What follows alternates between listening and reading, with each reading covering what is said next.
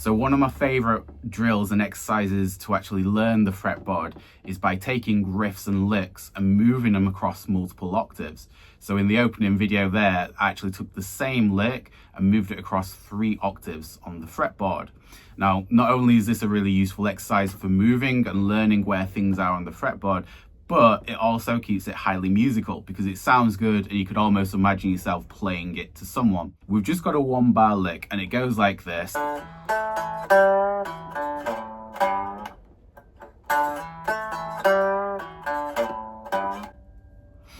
So the first step would be, whenever you're learning anything, just get it in your fingers to begin with. Get that motor muscle memory going so that you can remember it and play it quite effortlessly in the position that you're learning it in. Now, here's where the fun bit comes in and how we can attach this to learning your fretboard.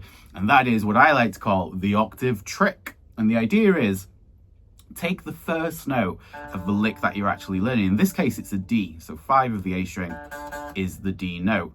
And here's what we're going to do. We're going to go down 2 strings. So we're going to go down 1, 2. That will land us on the G string. And we're going to go up the fretboard 2 frets. 1, 2. So that now means we're located on the 7th fret of the G string. And that is the octave D. We're a higher octave now, so a higher D than the D that we started in.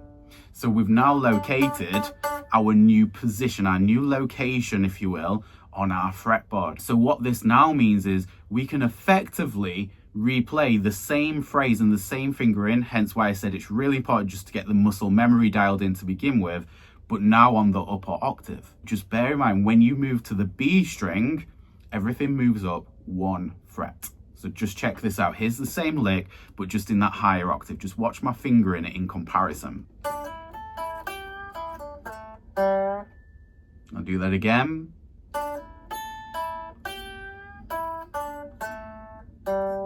Now you may have noticed, for the eagle-eyed viewer out there, that compared to the original position,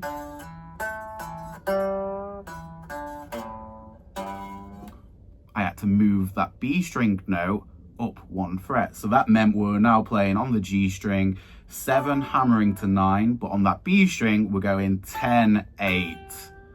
And that is just a purely a way to compensate for the way the guitar is tuned. We're typically tuned in fourths across the fretboard. However, from G to B, we're actually tuned a third, meaning we just need to compensate for that, moving up 1 fret. That's all that means. You don't really need to get too bogged down in the theory. However, if you do, that's it right there. Then pick out your favorite lick, your favorite riff that you like playing, and try and apply the same theory. Take the first note of the lick and apply the octave trick to it. So don't forget to subscribe, and I'll catch you on the next one.